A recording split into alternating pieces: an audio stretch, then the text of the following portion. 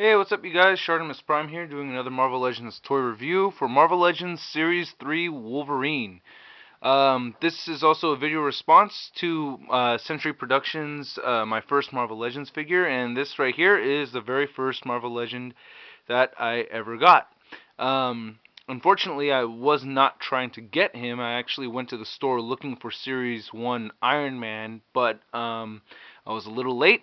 Series 3 had just come out. There's plenty of Wolverines, Thors, Ghost Riders, and Magnetos, and I said, well, shit, it's Wolverine, man. I gotta fucking get him. There's a whole backstory of how I got into Marvel Legends. I'll probably make a vlog type talking video for that. But so for now, I'm doing a review on this figure right here. Yeah, this is not really my favorite Wolverine figure. Anybody who's been collecting these and owns a couple of Wolverines, including this one, you'll know that he's just too big. I believe I heard Boog Nice mention it before that he's just he's just too big. But at the time, when I had a lot less Marvel Legends, he seemed fine, But he is on the big side. I have a Daredevil right here to compare for height, and with his knees bent, he stands a little shorter than Daredevil, but overall, he's not like the he looks pretty massive compared to Daredevil. He's not the short, stocky, runt berserker dude that that he should be. He's just a little too much. Series 6 Wolverine, best Wolverine there is out there, bar none, for sure, dude. But yeah, but there's a lot of good qualities about this figure, though. I have to mention. I mean, I really like what they did. Series 3 had some really good stuff. So to get onto the figure, the paint job is really cool. I like what they did with the yellow. There's a lot of dark shading right here. Hasbro's re-release of the Series 6 Wolverine with the yellow and blue colors has no paint detailing at all.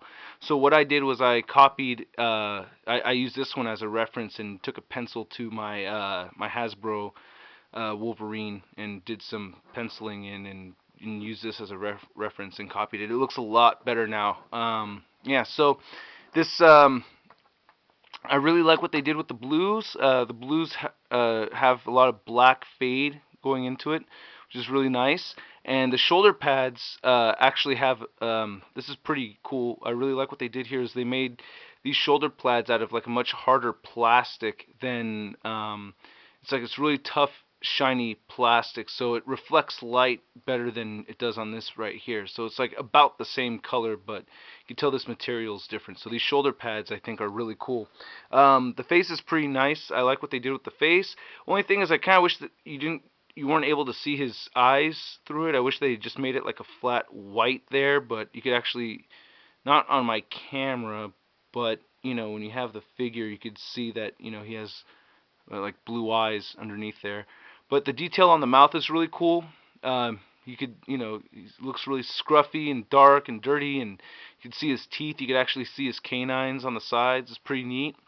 I like what they did with the hair here. This is really neat how they have all this, these line sketchings going across, and they're different sized lines, so it's really detailed. It's really cool. The flesh color has some this ambiguous Toy Biz way of coloring with the flesh color. I don't know how they do it, but it's very neat. I really like how they make the flesh tones, how Toy Biz does the flesh tones. It's got the silvery claws, which don't really like to stay straight. But a lot of people have been giving me advice on what to do with that, so that's very helpful. Thanks, you guys. The part that I'm really impressed the most about this thing, which is really cool, which is a very fine detail what they did here, which they really didn't have to do, was on the black parts right here, you can see that they did some stitching. I don't know if it's coming through right, but there's like this stitching pattern going through the middle right here and throughout the perimeter of all the spikes. So going on the outside of the spikes, there's like this stitching pattern. So you really get the you really get the feeling that they it's yellow, that like this yellow. He's wearing this yellow spandex, and then he sewed on these leathery type of, I don't know, these black parts on here. Same thing with the top spikes right here. There's an exterior. There's this, this stitching going on the outside. Very, very realistic looking. Very, very fucking cool. I like it. I like what they did with the red belt. Very, very nice. I like this figure a lot as far as the detail goes. Now the articulation is actually quite weak. The head doesn't move much far up, moves down plenty, and he can move side to side very well. Um, it's kind of weird what they did here, but it's like the head's on this ball thing right here, and then there's also like a neck piece right there, so you can see. And that, if you grab it, you could turn it a little bit. There's no need. All you got to do is move this one right here. But I just want to point that out, that exists. The shoulder joints, single shoulder joints, they move up, but due to the shoulder pads, they can't go up too high. The bicep turns, double jointed elbows. He has a wrist joint right here that can move side to side, as well as a separate wrist joint that can move up and down. And his fingers clamp close all together. Okay, same thing with the other side. No torso joint at all whatsoever. This is completely solid one piece. Okay, that is probably one of the most disappointing things, beside his height. That I'm disappointed with the figure. But he does have a waist joint, and the legs move up. They don't really go back. They can move side. He does have this thigh joint right here that moves. Double jointed knees. He has this high ankle joint that can turn over here, and then the actual ankle joint can move side to side a little bit. It moves a lot up and down.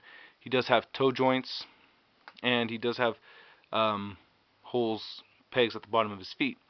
So that's pretty much it. That's pretty much the figure right there, you guys. It's my first Marvel Legend.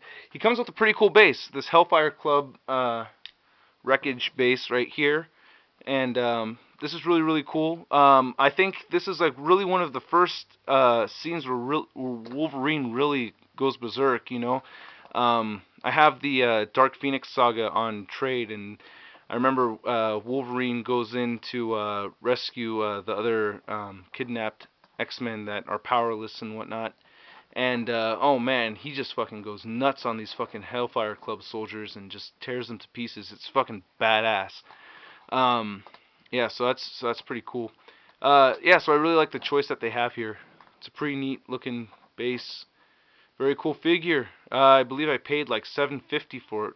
Like I got it when it came out. So yeah, it's a pretty cool figure, you guys. Will I recommend you go get him? Probably not. I have to recommend the Series 6 Wolverine before anything else. But if you get a good deal on him, I'd say go for it. Alright, that's all I'm going to say about this, and I'll catch you guys later. Alright, peace.